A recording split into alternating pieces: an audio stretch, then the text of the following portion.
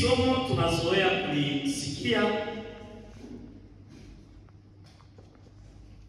na wakati tunaisoma tunaitafsiri kwa hali ya maisha,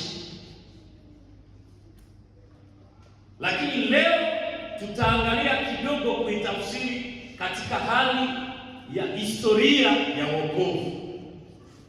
Haleluya, amen.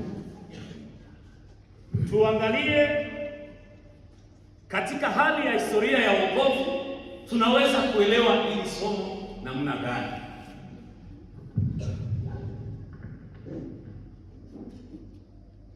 Neno kubwa ambalo linatupeleka katika hili somo linasema hivi: alikuwa amekufa na sasa amefufuka.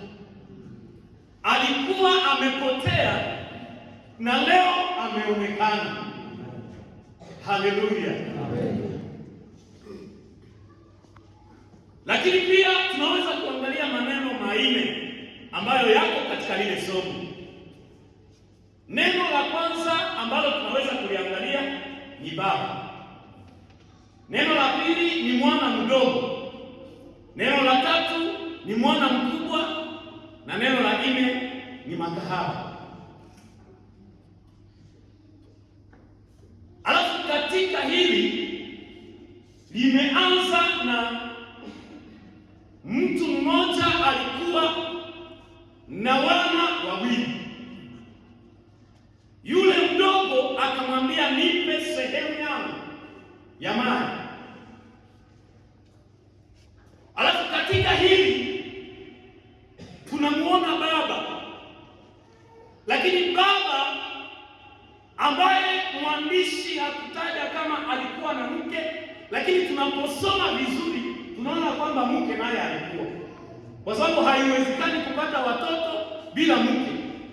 Kwa hiyo mwandishi hakuandika mke tu, lakini aliandika baba na watoto wawili, lakini tunaelewa kama mama ameandikwa katika baba. Na wakati tunaangalia tunaona kwamba huyu baba ni baba ambaye iko na upendo, ni baba ambaye iko na huruma, ni baba ambaye iko na msamaha. Ina maana kwamba ni baba wa huruma, baba wa msamaha, lakini pia baba ambaye anakuwa na upendo. Kwa hiyo nilielewa kwamba kila baba ni lazima awe na upendo, kila baba ni lazima awe na huruma, kila baba ni lazima awe na msamaha. Basi baba akishindwa kuwa na yale mambo anaacha kukuwa baba, lakini kila baba ni lazima awe hivyo, sababu watoto wanafanya makosa mengi, lakini baba ni lazima awe anasamehe. Mara nyingine wanachanganyikiwa, lakini baba akiwa na upendo anaoleta kwenye mstari, kwa sababu ana upendo nao. Nakumbuka baba mmoja ambaye alikuwa akifanya, bibi akifanya kosa, hata mjilia kitu, hata mwambia kitu, anaenda kwenye agenda yake anaandika leo tarehe fulani anafanya kosa ya hivi, ananyamaza. Mtoto akifanya kosa anakuja anaandika kile agenda, mtoto fulani anafanya kosa fulani, anamaliza. Alipomaliza mwaka ile agenda ikaisha. Aliposoma alifanya kosa, na makosa yote haijasamehewa, makosa yote, na baba ameisha, upendo ukaisha. Kwa hiyo baba akaamua kukimbia jamaa, kwa sababu tu hakukuwa baba. Aliacha kukuwa na msamaha, aliacha kukuwa na upendo, aliacha kukuwa na huruma. Kwa hiyo ikiwa utakuwa baba, inakubidi uwe kama huyu baba. Jina la Bwana libarikiwe. Alafu huyu baba kwa mtazamo wa kihistoria. Haiko baba wa dunia, ni Mungu aliye mbinguni. Ndiye aliyesamehe vile, ndiye aliyependa vile. Hata kama makosa ingekuwa, lakini aliacha makosa, alifunika makosa, akaona mtu. Hata kama mtu alimvuruga, lakini alifunika makosa, akaona mtu na ule uzima wake. Haleluya! Huyu ndiye baba ambaye anapaswa sisi tuige mfano kwake kama wababa. Bwana Yesu asifiwe. Amen. Sehemu ya pili ni mwana mdogo. Mwana mdogo aliambia baba yake, baba, nipe sehemu yangu ya mali. Hakuna mtoto mwenye ashakaambia baba yake vile na angali mzima. Lakini huyu yeye ni kama anatakia baba yake kufa mbili. Ni kama anamwambia, baba, umechelewa kufa, unipe sehemu yangu ya mali basi niilewe, hivi haupendi kufa mbili. Huyu alikuwa wa kushangaza. Mtu akiwa na watoto wawili au watatu na wote wamshinde ni balaa, ni shida. Mungu atusaidie. Mtu akiwa na watoto wawili kisha wote wamshinde ni shida. Huyu wa mwisho anamwambia, papa, unachelewa kukufa mbio. Mimi nakumbuka ndugu yangu mmoja naye alikuwa anaambia baba yake vipi, papa, hivi mina kufa na krize, mlango yetu inaweza kufatua $100 na uko nachelewa kukufa. Biko ukufe mbio. Kama ungekuwa ulikufa, ningetwaa hii mlango, mimi naiuzisha truasa, mimi namaliza hapo hii krizi. Sasa huyu mtoto naye ni kama alitakia baba yake kufa. Watoto, vijana, tusaidie wazazi waishi vizuri. Hamunisikie? Tusaidie wazazi waishi vizuri. Tusiwaletee matansio, mapresha za burebure. Tuwasaidie tuwe katika msingi mzuri. Lakini huyu mtoto anatakia baba yake afya. Kwa hiyo baba katika ule upendo wake anaachilia ile sehemu, hata kama hajakufa. Anasema, basi kwa sababu umeifanya, umeiomba, ninakupa sehemu yako ya mali. Akampa. Papa kumsambisha, asema, unaanza kunilomba sehemu ya mali na siyakufa. Wewe sasa nakufa, itakuwa hivi na ile. Akasema, hivi umeomba, basi ninakupa sehemu yako ya mali. Ndio maana tulianza na kusema baba ni baba mwenye upendo. Baba ni baba mwenye huruma. Aliona kama mtoto anaingia mwerere na c'est difficile kumrudisha, lakini basi akasema, ngoja nimrudishe na hii sehemu yake ya mali, sababu hata itunza vizuri.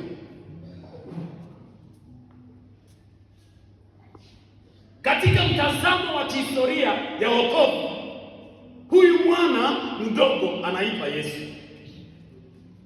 Aliomba sehemu kule mbinguni, na kule mbinguni hakuna dolari, hakuna mafranga.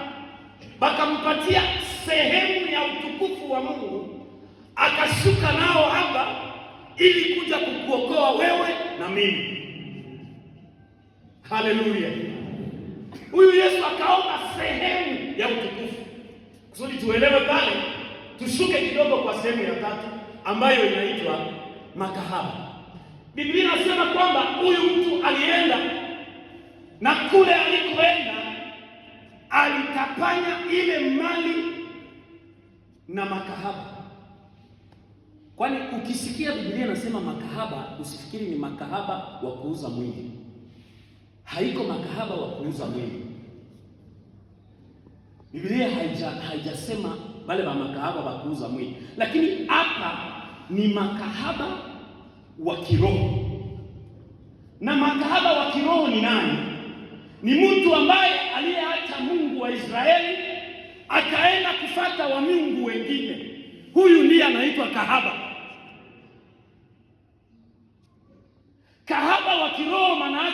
Na ukiangalia katika ile historia, kwa mataifa kulikuwa wa Mungu wengi, kwa hiyo mataifa waliitwa kahaba, na kwa tafsiri nyingine waliitwa nguruwe. Kwenye hii hapa tumesoma wameitwa nguruwe, lakini pia wameitwa makahaba, lakini pia wameitwa imbwa.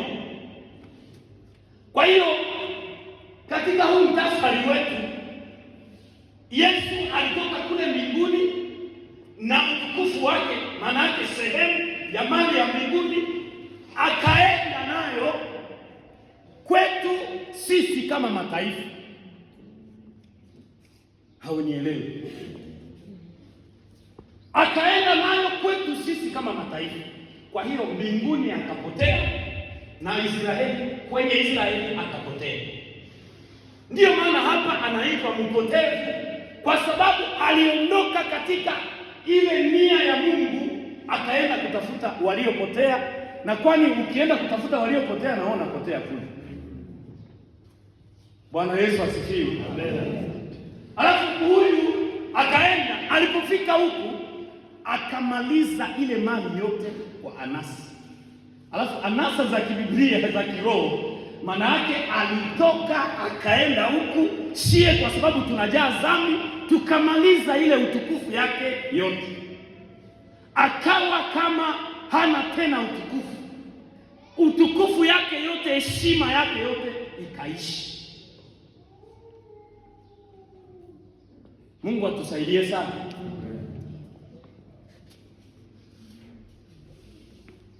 Alirudia, lakini aliporudia hangepata thamani kwa ndugu yake.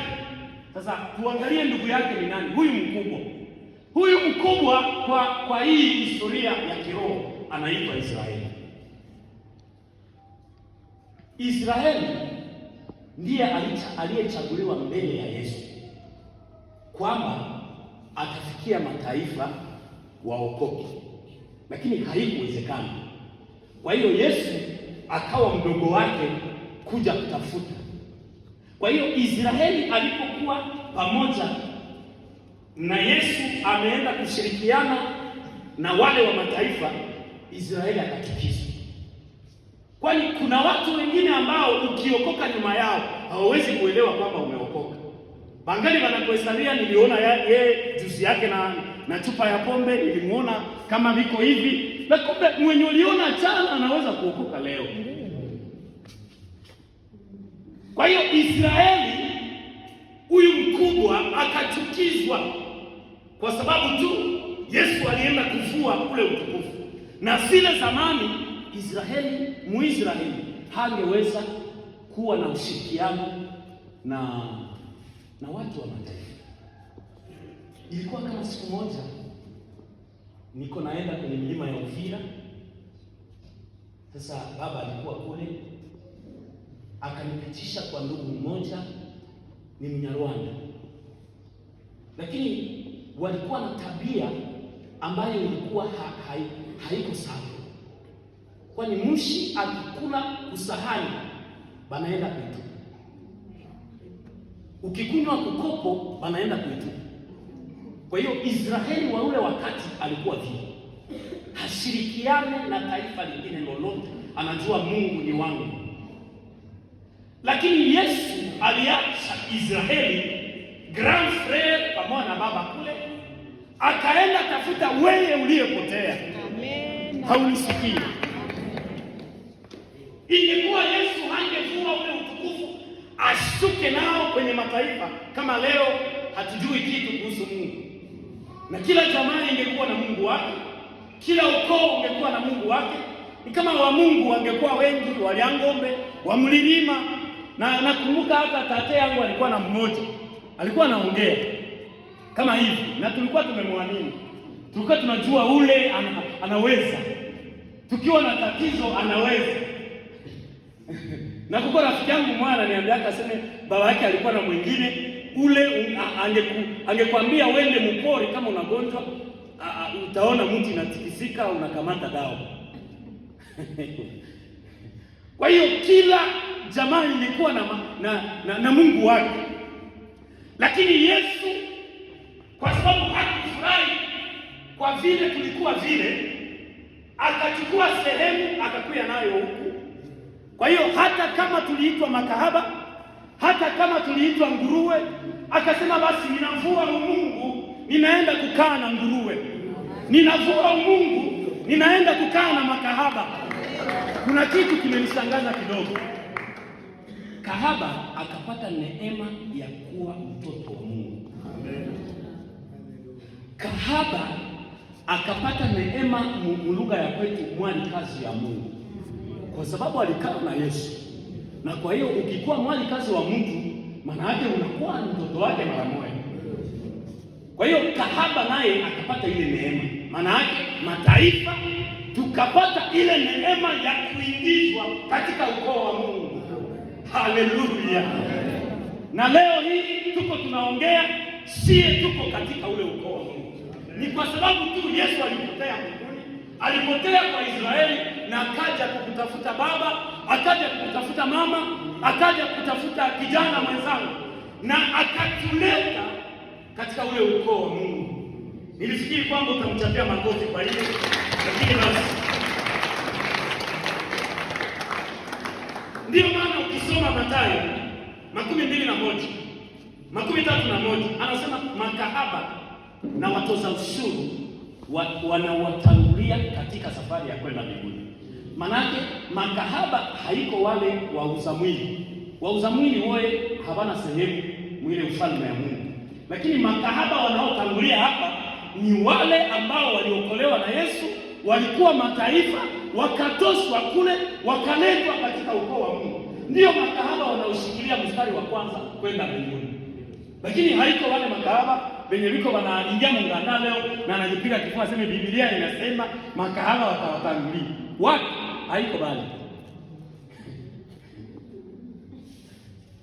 Haiko bali makahaba ndio watatangulia. Lakini wenyewe watatangulia ni sisi. Sisi tuliookoka. Ndio kwa ile lugha ya Biblia tuliitwa makahaba zamani, na leo tunaitwa wana wa Mungu aliye hai.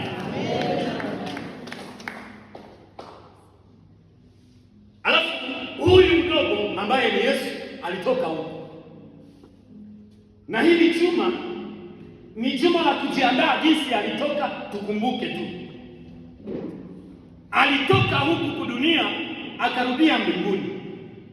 Kwa mfano Yesu anafundisha kwamba alipofika aliazimia moyoni mwake kwamba nimepoteza vyote nilikuwa navyo na mimi nakosa kwa Baba. Sababu gani alikosa? Ni sababu alienda kujiunga na wakosaji. Kwani ukijiunga na wakosaji na wewe unakuwa mkosaji. Kwa hiyo kwa sababu alijiunga na wakosaji, naye atakuwa amekosa. Na iko konsia kama nimekosa na hivi nimekosa basi, lakini hakuna jinsi nyingine, nitaenda kwa Baba. Kwa hiyo akienda kwa Baba, mfano unafundisha kwamba alipokelewa na Baba vizuri. Baba akamwambia, haiko wewe nilipatiaka ile franka ile, nionyeshe, anza kuhesabia uko na miaka ngapi zile franka, sijui nikaenda nikarudia. Hapana. Kwa sababu shahidi letu halilengi franka, ilikuwa linalenga utukufu. Na Mungu alijua kwamba utukufu wake hauwezi toka kwenye ukoo zangu, utaishia kule. Ndiyo maana alipokea bila kumsamisha. Alipomuona kwa mbali, akaenda akamkumbatia, akaenda akambusu, na kisha akamleta ndani. Kuna kitu kilifanyika pale. Akatoa pete akamvika, akatoa nguo nyipya akamvika. Ina maana kwamba ule utukufu ambao ulipotea ukarudishwa na zaidi ya pale. Haleluya! Ule utukufu ukarudishwa, na utukufu uliporudishwa, karamu ilifanyika. Lakini grand frère Israeli akasema haiwezekani. Vyenyewe vilikuwa vinabakia hapa, vyote ni vyangu. Comment expliquer mzee? Comment expliquer? Si kama alipita kwa mama, kama alipita direct kwa mzee tu, alikuwa amekusha kusirika. Comment expliquer? Unaweza kucheza tu, mwenzetu alishabeba yake, kisha unacheza piano.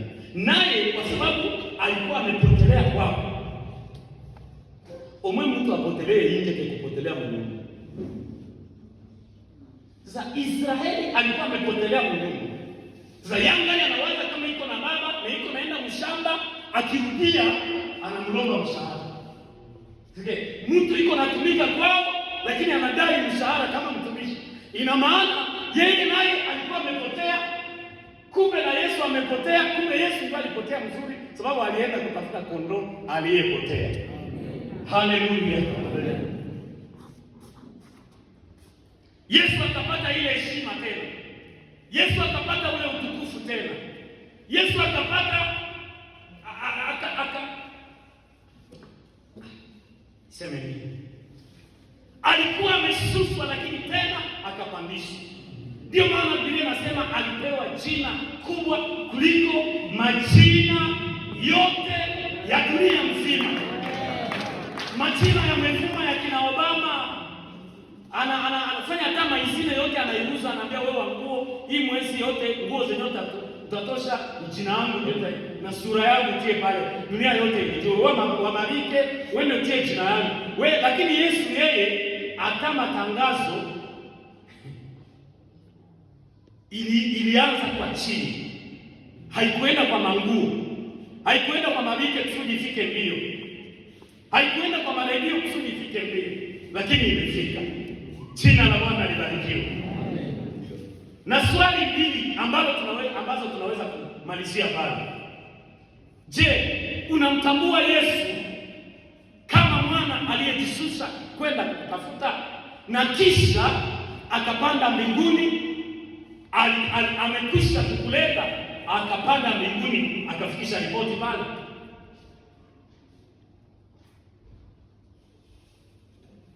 Je, mtu mwingine akiokoka unafurahi? Esi unafurahi mtu mwingine akiokoka? Au unajisikia sawa Israeli? Unajisikia atakusonga? Na hata ukiona mtu mwenye iko mzambi hauwezi penda umlete, sababu uko na muona vibaya, unamuona kama nguruwe, unamuona kama kahaba, na kwa hiyo unamsaidia kuendelea kupotea.